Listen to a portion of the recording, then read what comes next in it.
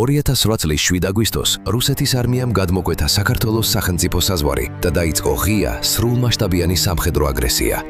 ეს არ ყოფილა სპონტანური შეიარაღებული დაპირისპირება. ეს იყო მრავალკომპონენტიანი სამხედრო ოპერაცია, რომელიც მოიცავდა სახმელეთო, საჰაერო, საზღვაო და ისტორიაში პირველ ფართომასშტაბიან კიბერშეტევას საბრძოლო მოქმედებების პარალელურად.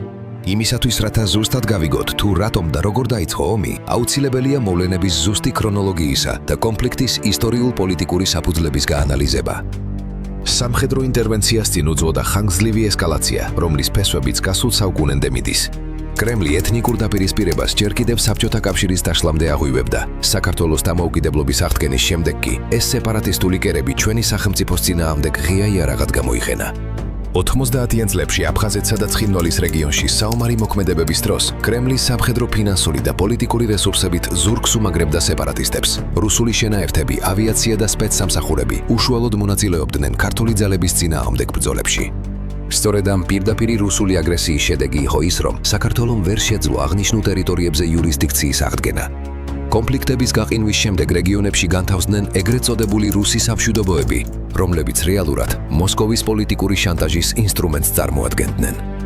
მოგვიანებით რუსეთმა დაიწყო პასპორტიზაციის პროცესი. კრემლი საქართველოს ტერიტორიაზე მცხოვრებ პირებს მასობრივად და უკანონოდ ურიგებდა რუსეთის მოქალაქეობის დამადასტურებელ დოკუმენტებს, რათა სამომავლოდ შეექმნა საკუთარი მოქალაქეების დაცვის ფორმალური საბაბი.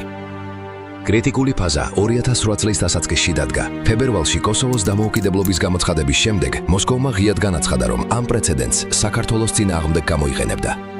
მთავარი კატალიზატორი აპრილში გამართული ნატოს ბუქარესტის სამიტი აღმოჩნდა. სამიტის დეკლარაციაში ჩაიწერა, რომ საქართველო აუცილებლად გახდებოდა ჩრდილოატლანტიკური ალიანსის წევრი. კრემლმა გადაწყვიტა, რომ დასავლური ინტეგრაცია ნებისმიერ თუნდაც სამხედრო ძალის გამოყენების ფასად უნდა შეეჩერებინა. მოსკოვმა სამხედრო სამზადისი დაიწყო. მაისში აფხაზეთში რუსეთის სარკინიგზო ჯარები შევიდნენ, რომლებმაც მოამზადეს ინფრასტრუქტურა სამხედრო ეშელონებისთვის. ივლისში კი საქართველოს საზღვრებთან ახლოს ჩატარდა ფართომასშტაბიანი რუსული სამხედრო სწავლება. ზუხტნების დასრულების შემდეგ რუსეთის არმიის შენაერთები ბაზებზე არ დაუბრუნებიათ. ისინი საბრძოლო მზადყოფნაში განლაგებულნი დარჩნენ საზღვართან. აგვისტოს დასაწყისში დაძაბულობამ პიკს მიაღწია. მოვლენების შემდეგი ქრონოლოგიით განვითარდა. სეპარატისტული შენაერთების მხრიდან იწყება ქართული სოფლებისა და პოლიციის საგუშაგოების ინტენსიური დაბომბვა. არის მსხვერპლი. პარალელურად, დე-ფაქტო ხელისუფლება ახდენს ცხინვალიდან მოსახლეობის ორგანიზებულ ევაკუაციას რუსეთის ტერიტორიაზე, რაც მიუთითებს დაგეგმილი სამხედრო მოქმედებების შესახებ წინასწარ ცოდნაზე. მიუხედავად თბილისის მიერ გამოცხადებული ცალმხრივი ცეცხლის შეწყვეტისა, დაბომბვები გრძელდება.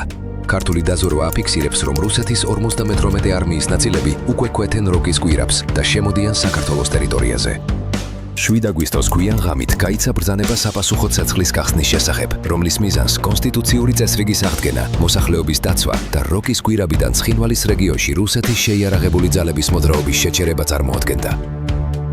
8 აგვისტოს დილით ქართული შენაერთები ცხინვალში შედიან, ასევე კონტროლს ამყარებენ მის შემოგარენში რამდენიმე სოფელზე. რუსული კოლონები თანდათანობით უახლოვდებიან და შემოდიან ქალაქში. მიმდინარეობს მძიმე ურბანული ბრძოლები. პარალელურად რუსული ავიაცია არგვევს საქართველოს საჰაერო სივრცეს და იწყებს სტრატეგიული სამხედრო და სამოქალაქო ობიექტების დაბომბვას მთელი ქვეყნის მასშტაბით. რუსეთის შავი ზღვის ფლოტი ბლოკავს საქართველოს აკვატორიას. იხსნება მეორე ფრონტი აფხაზეთის მიმართულებით, სადაც რუსულ-აფხაზური ძალები კოდორის ხეობას იკავებენ. სახელმწიფო საინფორმაციო ინფრასტრუქტურა სრული კიბერპარალიზების ქვეშაა. დღეს რიცხობრივი და ტექნიკური უპირატესობის გამო ქართული ჯარი ტოვებს ცხინვალის რეგიონს და თბილისის მისადგომებთან მაგრდება. რუსული ნაწილები იკავებენ ზუგდიდს, სენაკს, ხობსა და ფოთს. საქართველოს მხარდასაჭერად და რუსული აგრესიის შესაჩერებლად თბილისში ჩამოდის 5 ევროპული ქვეყნის ლიდერი. საფრანგეთის პრეზიდენტის შუამავლობის შედეგად 12 აგვისტოს მუშავდება ცეცხლის შეწყვეტის შეთანხმება. აქტიური საბრძოლო მოქმედებების დასრულების მიუხედავად, რუსული ოკუპაციის არეალი გაფართოვდა. ჩამოთვლილი ქალაქების გარდა საოკუპაციო ძალები შევიდნენ გორში, ქარელში, ხაშურსა და ახალგორში. ასევე სოფელ იგოეთთან განათავსეს საგუშაგოები.